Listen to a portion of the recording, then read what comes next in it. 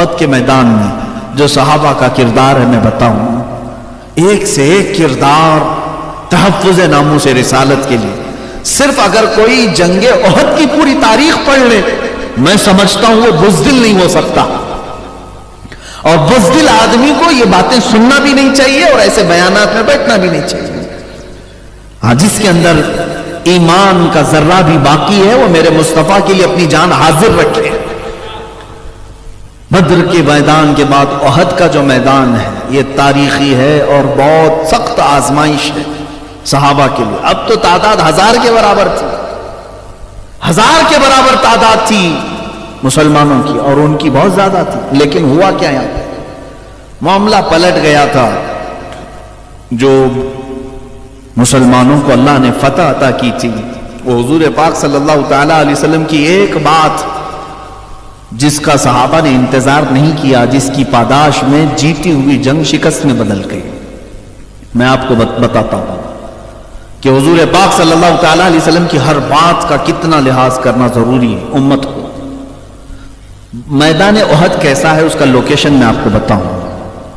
میدان احد ایسا تھا کہ مشرکین سامنے ہیں، مومنین اس طرف ہیں، اور مومنین کو حضور صلی اللہ علیہ وسلم کی طرف سے ایک چھوٹا سا ٹیلا ملا تھا، ایک پہاڑی جس کو جبل رمات کہتے ہیں. آج بھی وہ موجود ہے مدینے سے 5 کلومیٹر بعد احد پہاڑ کے سامنے جہاں یہ جنگ ہوئی.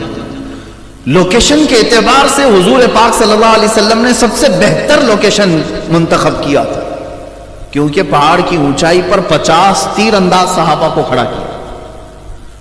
تیر انداز صحابہ کو حضور نے کھڑا کیا اور کہا تھا کہ جب تک میں نہ کہوں نیچے نہیں اترنا. یہ لفظ پر آپ توجہ دیں. حضور نے کیا فرمایا؟ جب تک میں نہ کہوں یہاں سے نیچے نہیں آنا. صحابہ تیر لے کر کھڑے رہے. اب یہ سب سے بہترین پوائنٹ تھا مومنین کے لیے، صحابہ کے لیے. جب بھی کوئی مشرکین حملہ کرنے کے لیے آگے آتے یہ اوپر سے تیر برسانے لگ جاتے. اوپر جو بھی ہوتا ہے وہ فائدے میں ہے. تو مشرکین شکست کھا کر کے بھاگ رہے تھے، اور صحابہ اکرام نے دیکھا دوپہر سے پہلے ہی مشرکین اپنا ساز و سامان چھوڑ کر بھاگ گئے، کافی دور بھاگ گئے. تو یہاں جو مومنین تھے وہ سب مال غنیمت جمع کرنے لگے. جو مال بچا ہوا تھا وہ جمع کر رہے تھے. تو اوپر جو صحابہ کھڑے تھے تیر انداز صحابہ، ان میں سے اکثر صحابہ نے کیا کہا؟ جنگ ختم ہو گئی، چلو ہم بھی اترتے ہیں، مال غنیمت جمع کرتے ہیں. لیکن چند صحابہ نے کہا نہیں، انتظار کرو حضور کا حکم آنے تک. دیکھیں یہ صحابہ میں آپس میں اجتہادی اختلاف تھا. تو جن لوگوں نے اترنے کا کہا انہوں نے یہ کہا نہیں، حضور نے جنگ ختم ہونے تک کی بات کہی تھی، اب جنگ ختم ہو گئی، دیکھو مشرکین بھاگ گئے، اب کچھ رہا نہیں، ہم اتر جاتے ہیں. 50 میں سے 40 صحابہ اتر گئے، مال غنیمت جمع کرنے لگے. مشرکین کی طرف سے بہادر جنگجو خالد بن ولید آئے ہوئے تھے. اس وقت وہ ایمان لائے ہوئے نہیں تھے، لیکن جنگ کی بہادری میں ان کی مثال نہیں تھی. انہوں نے دیکھا مین پوائنٹ یہی تھا جبل رمات. یہ جب خالی ہو گیا تو خالد بن ولید نے 200 گھڑ سواروں کو لے کر کے پیچھے سے راؤنڈ مارتے ہوئے آئے اور واپس پیچھے کی جانب سے یہ جو 10 اوپر کھڑے تھے ان کو پہلے مار دیا، شہید کیا. اور اس کے بعد اچانک جو صحابہ مال غنیمت جمع کر رہے تھے ان پر انہوں نے حملہ کر دیا. اب جو مشرکین بھاگے ہوئے تھے وہ بھی پلٹ آئے، ادھر سے وہ پلٹ آئے، پیچھے سے خالد بن ولید کی فوج، بیچ میں مسلمان پس گئے، جس میں 70 صحابہ کی جانیں گئی. 70 صحابہ کی جانیں گئی. یہ احد کا معرکہ جو ہے بڑا تفصیلی ہے، میں شارٹ بیان کر رہا ہوں. 70 صحابہ کی جانیں گئی. یہی وہ جنگ ہے جس میں امیر حمزہ کا کلیجہ چبایا گیا تھا. سینہ چاک کر کے ہندا نے کلیجہ نکالا اور کچا چبایا تھا.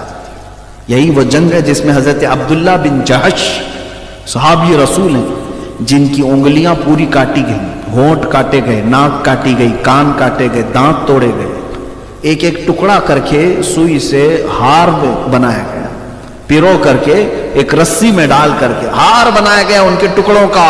اور مشرکین نے وہ ہار پہن کر کے فخر سے اعلان کیا تھا عبداللہ بن جہش کے گوشت کے ٹکڑے.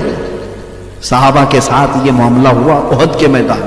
یہی وہ احد کا میدان ہے جس میں رسول پاک صلی اللہ علیہ وسلم پر ایک ظالم نے لوہے کی ٹوپی ماری تھی جس سے 2 دانت مبارک شہید ہوئے تھے. یہ سب کیوں ہوا تھا جانتے ہیں؟ صرف اور صرف ایک بات تھی. میرے آقا نے فرمایا تھا جب تک میں نہ کہوں نیچے مت آنا. بات سمجھ رہے ہیں؟ قرآن میں اللہ نے فرمایا، اللہ تبارک و تعالیٰ نے فرمایا فَلْيَحْذَرِ الَّذِينَ يُخَالِفُونَ عَنْ أَمْرِهِ، لوگوں کو چاہیے کہ میرے رسول کے حکم کے خلاف کرنے سے بچیں، ورنہ کیا ہوگا؟ ان تصیبہم فتنہ او یصیبہم عذاب علیم. رب تعالیٰ فرماتا ورنہ اللہ تم کو فتنے میں مبتلا کرے گا یا دردناک عذاب میں گرفتار کرے گا. یہ 2 چیزیں ہو سکتی ہیں. حضور کے بارے میں اگر تم نے خیال نہیں کیا، حضور کی حدیثوں کو ہلکے میں لیا، تو پھر یا تو فتنے میں مبتلا ہوگی امت یا پھر دردناک عذاب میں گرفتار ہوگی. ارے وہاں 70 صحابہ کی جانیں گئی، میں کہتا ہوں آج 7 لاکھ جانیں ہماری جا رہی ہوں گی صرف اسی بنیاد پر کہ یہ رسول پاک کے حکم کو اہمیت نہیں دے رہی امت. کیا چیخ چیخ کر کے مبلغین اور علماء نہیں بیان کر رہے ہیں آ جاؤ حضور کے طریقے پر؟ یہاں پر منہ پھیر کر کے چل پڑتے ہیں تو پھر جانے تو جانی ہے نا اپنی. حضور کی مخالفت کرنا معمولی بات نہیں، ہزاروں نہیں لاکھوں جانے جائیں گے. اب میں آپ کو بات عرض کرتا ہوں، وہاں پر جن صحابہ نے جو کردار ادا کیا وہ بھی تو بیان کرنا ہے. چلیں ایک خطا تھی، اجتہادی خطا، جس کی وجہ سے 70 جانیں گئی، لیکن صحابہ میں جو حضور کے لیے تڑپ تھی، جو جانثاری تھی، پوری زندگی کہیں مطالعہ کر کے لاؤ کسی کے پاس ایسی جانثاری نہیں مل سکتی، نہیں ملے گی. مدینے سے ایک خاتون دوڑتی ہوئی آ رہی ہے، بیچ راستے میں اس کو کسی نے کہا بی بی جان تمہارے شوہر شہید ہو گئے. وہ کہتی ہے انا للہ و انا الیہ راجعون.